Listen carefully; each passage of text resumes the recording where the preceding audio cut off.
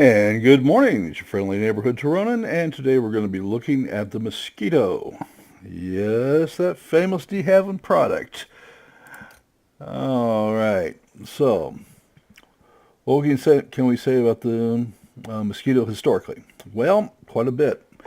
This the de Havilland Corporation had a racer and then a airliner, excuse me, that were very successful using wooden construction. And they thought that they could build a bomber in response to a British Air Ministry specification that was put out that they wanted a bomber that could deliver 4,000 pounds of bombs, um, 4,000 miles. That was kind of ambitious for a two-engine bomber, but never mind that. The bottom line was three companies were working on it. This was de Havilland's response to it, and it met a great deal of resistance. However, it did have one thing going for it. It was mostly made of wood. That was done by using birch and balsa wood and then um, banding them together under high pressure, and it turned out to be a pretty good idea. It let them use resources that were relatively abundant at a time when metal was light. And remember that at this time, Great Britain was fighting, along with the United States, was fighting the Battle of the Atlantic, and it was looking like we were going to lose. If that had happened, Britain would have collapsed. Might have been a very different war. Uh, I doubt in the long term that anything would have changed, but it might have added a couple of years to the war, and nobody needed that. The aircraft, however, was extremely interesting. At the time, every bomber out there had defensive armament. They would typically put a tail gun or a turret, at least one a turret on the top. And in the U.S. aircraft, they'd always put a belly gunner down there, and that added tremendous amounts of weight. De Havilland saw things differently. He wanted a very streamlined aircraft. Used two Merlins for most of the production runs. Uh, Got a fairly decent bomb load out of this of about 4,000 pounds, and it could go as far as a Lancaster could, and a heck of a lot faster. When you start adding all that up, it becomes one heck of a package. This aircraft was used from everything from photo reconnaissance, night fighter, day fighter, fighter bomber, uh, light bomber, pathfinder, just a few of the roles. It was capable of, in operation with all the guns and everything else, it was quite capable of 366 miles per hour, and that's an honest number. Some of the photo reconnaissance versions were even faster.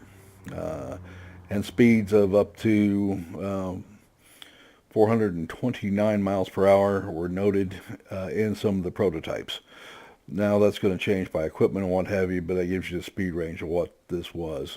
In this aircraft, you're going to get about 717 miles an hour once all your airframes are kicked in. You get some maneuverability adds, you get some survivability adds, you get some airspeed, then you throw in your engine upgrade, and there you go. Okay. Uh, Pretty impressive aircraft. What do I like about it? Well, almost everything. Now, this is a heavy fighter, and again, with most of the heavy fighters, you're going to find maneuverability suffers. And that's true of their lines, and that crosses nationalities everywhere. Heavy fighters do not perform well. Don't believe me? Let's take a look at the P-38J, because I just happen to have one. 540. All right. Um, so that's not at all unusual. It's right in line with the others. Give or take 100 points. It's where most of them come into. Look at the Messerschmitt 110. Yeah, looking at about the same thing. Not as quick, but Pretty nice, but it is as quick. But understand the 110 is totally, I believe that 110 is totally upgraded. Let me check. Yeah, sure is. So this is going to be a little faster. Altitude performance is going to be really good. So, that being said, this is the first time I've flown this aircraft. Let's talk about the upgrades that I've got right now.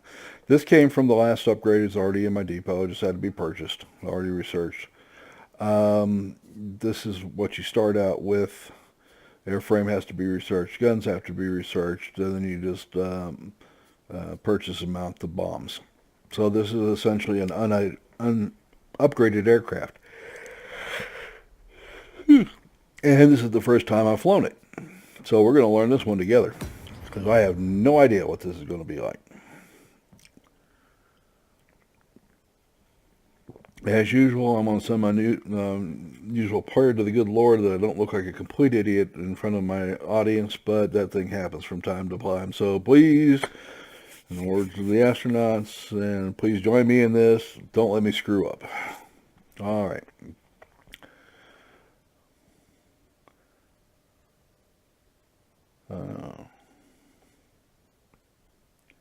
And I keep hoping we'll get in there. I'm sure we will. The Tier 6 can't be that underpopulated on a Saturday morning.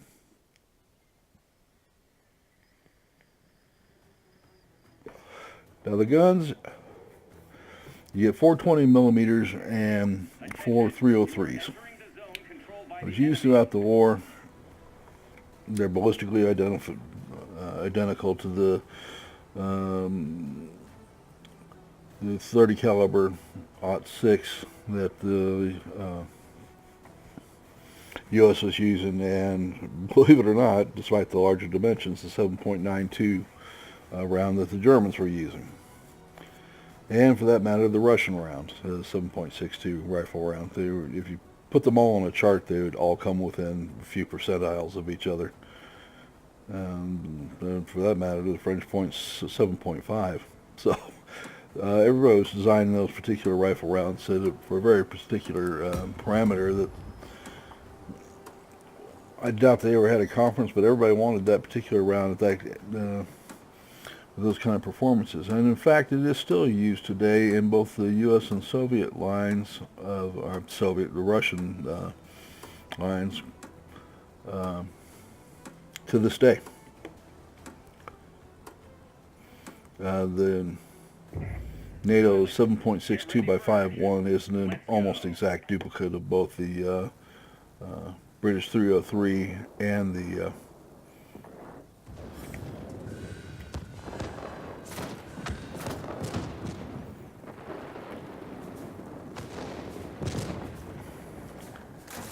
and the 30-06, excuse me.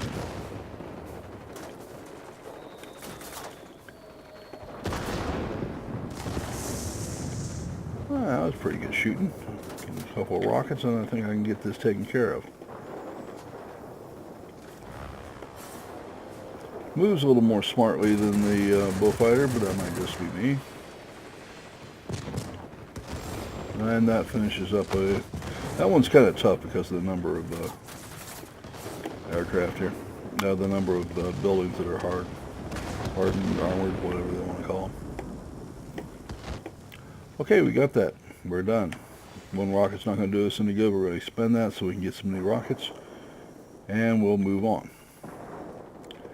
Now, at this point, I can't add a whole lot to this discussion in a standard as a ground attack aircraft, but I'm not a ground attack aircraft. I'm a heavy fighter. So I'm going to come up here to altitude.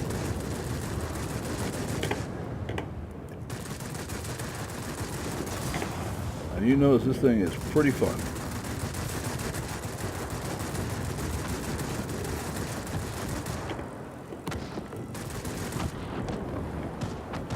And we're just going to keep right on going. Getting caught on fire can sometimes be a little bit tough. Alright, so we have a P-47 down here. A rocket has reached the target. Enemy objects damaged. I've got some altitude, but not needed. So we'll come up here, and we find a Mustang 1. And if you're anything like me, I'm in a Mustang, I usually like to think that I'm absolutely invulnerable because of my speed, and I get proven wrong every time. You'd think I'd learn, right?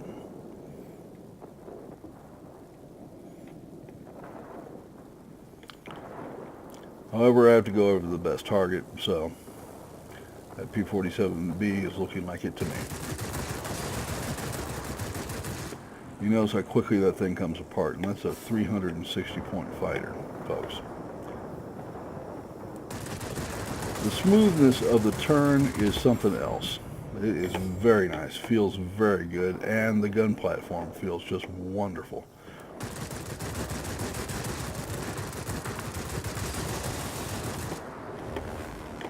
By the time you're done, the other side just doesn't have a whole lot of points to play with if you get on target with them.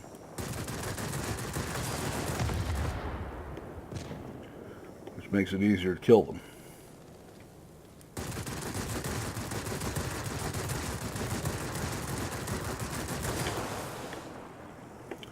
My aim was not everything that it should have been there. I'm just going to admit it.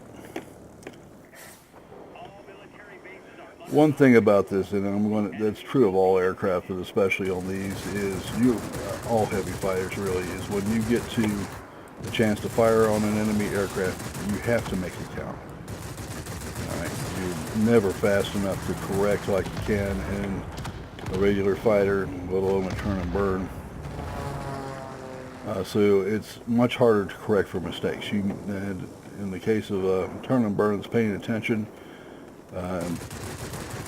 if you don't make good use of your firepower, you may not be in the air much longer.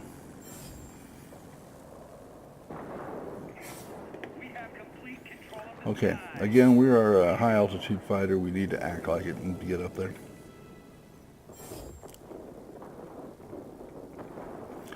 I have to say this outing so far has done simply excellent. I just have loved this. Good speed, good boost, and I just got set on by somebody from behind me. Luckily I have friends, and now he has other things to worry about. And I can come up here and deal with the robo-fighter that's way too high. No, or I won't, because the game's over. Okay, so let's get back to the hangar. That's nice. We got number 1 and on the Victoria side, which is even better. I know we got 1 ground target.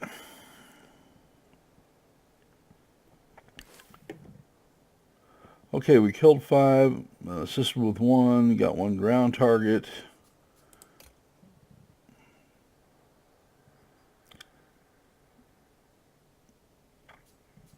Got some silver, got lots of good experience, and came in number 1. I guess I earned it.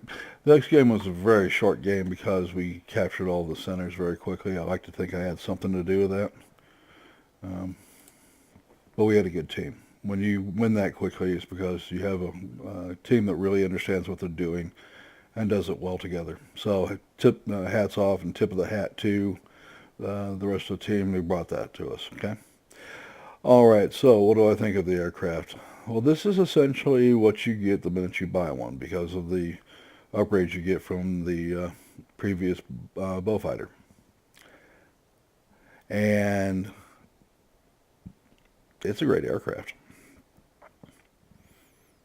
I enjoy this more than I enjoyed the P-38. And that's saying something. I enjoyed the P-38. But it's nice. It's smooth, it's quick, and it has more effective firepower than the P-38. While carrying, if not the same amount of ordnance, at least comparable to. While it's not as fast, it's much more usable firepower. And you've got 450s and a 20. This is 420s and 4 machine guns which is really nice, because if you overheat your 20 millimeter cannons, it's no big deal. You still have 4 guns, and this aircraft is quick enough that you're closing in and they become useful anyway. So that becomes very useful. The maneuverability is not all that one would want, but these are heavy fighters, folks. They're not going to be yeah, an Oscar or something. KI-43 Hayabusa. Never were, never intended to be that way. But this is a fun aircraft. I think you're going to enjoy it quite a bit. Can't wait to get into it and try it again, or to show you the next video when we get an upgrade two into it. And so there we go.